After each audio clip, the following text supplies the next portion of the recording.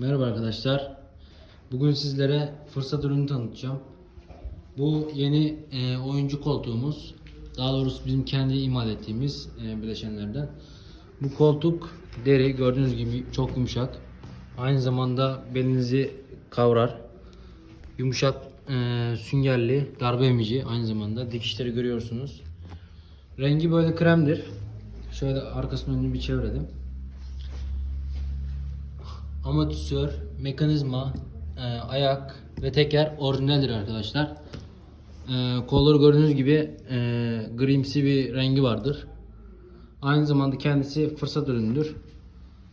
Şu an Mosmos'larda 5000 TL, kredi kartına 5500 TL, peşin verirseniz 5000 TL arkadaşlar.